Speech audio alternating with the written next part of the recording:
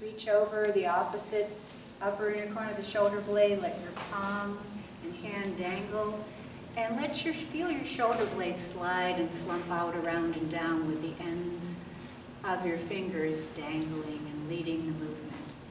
And wiggle the ends of your fingers and then switch sides.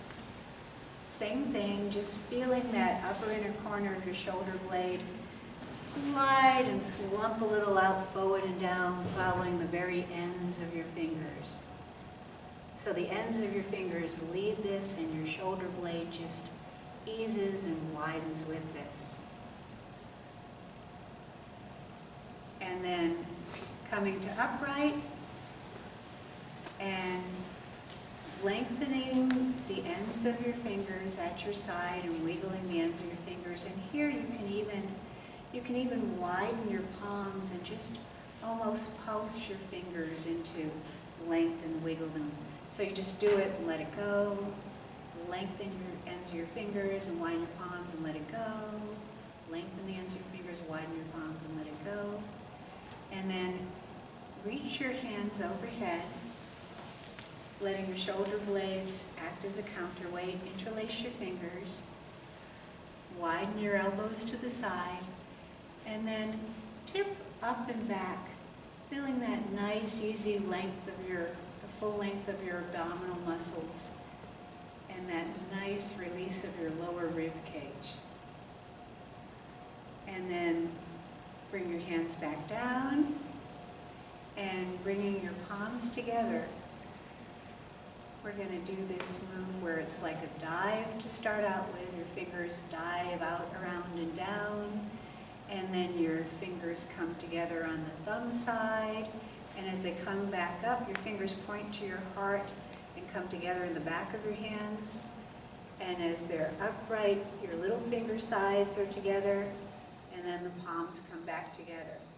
So we'll do it a little faster. The dive, thumb side together, back of hands together, little finger side together, palms together. Dive, thumb side together, back of hands together, little finger sides together, palms together. And then just go ahead and do that at your own pace. Good. Stand with your side touching the wall. So you're not necessarily leaning on the wall, but just touching the wall. And then bring the ends of your fingers up, letting your shoulder blade act like a counterweight, dropping out and down. And remember, the ends of your fingers are connected all the way to the very bottom of your hips.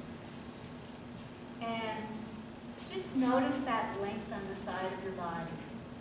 Watching that you're not lifting your shoulder up to stretch a lot, just letting that shoulder blade hang. So you're really getting a lot of length and stretch through your middle, through your waist area. And then turn to the other side, and same thing.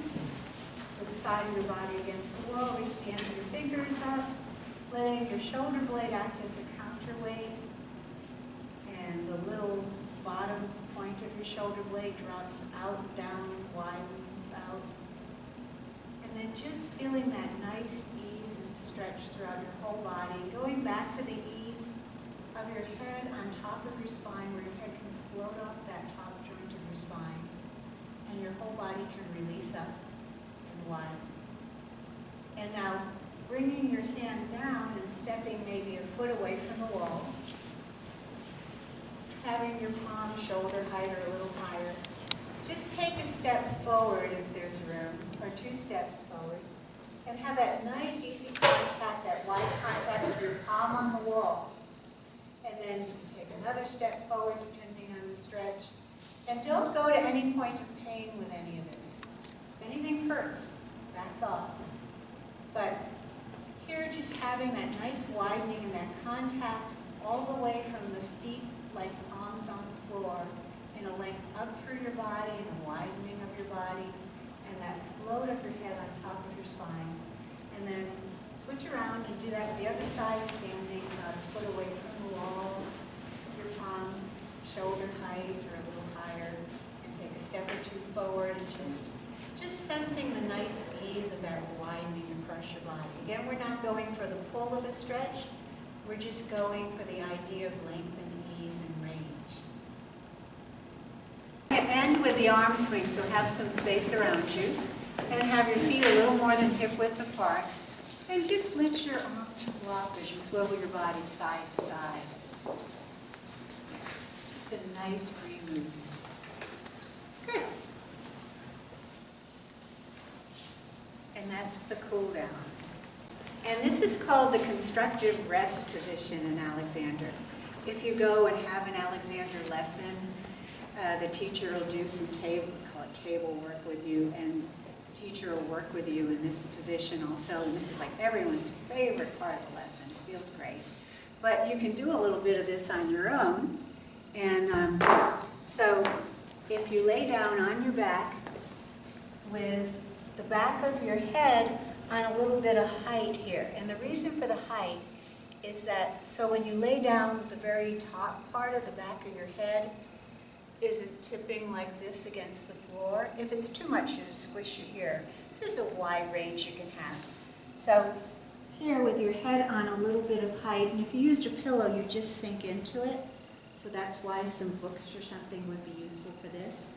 And again, if it's not enough, the top of my head would be tipping back like this. If it's too much, my neck would be squished. So there's lots of range in the middle. And what you want to do with this is lay down with your knees bent up, your feet a little more than hip width apart, your elbows turned out, your palms resting on your hips, and come back to thinking about that little nod, that little ease of your head on top of your spine. And see if you think about how free your neck can be. Just think your neck is free, and it's allowing your head to just float off the top of your spine, so it causes a length through your whole body. And with your elbows pointed out to the side and your palms resting on your hips, you can think of your whole trunk widening out as it lengthens along with your head. The shoulder blades widen out, your ribs widen out, the middle of your back widens out, your hips widen out. And this is all done through a release. It's not done through any pull or stretch.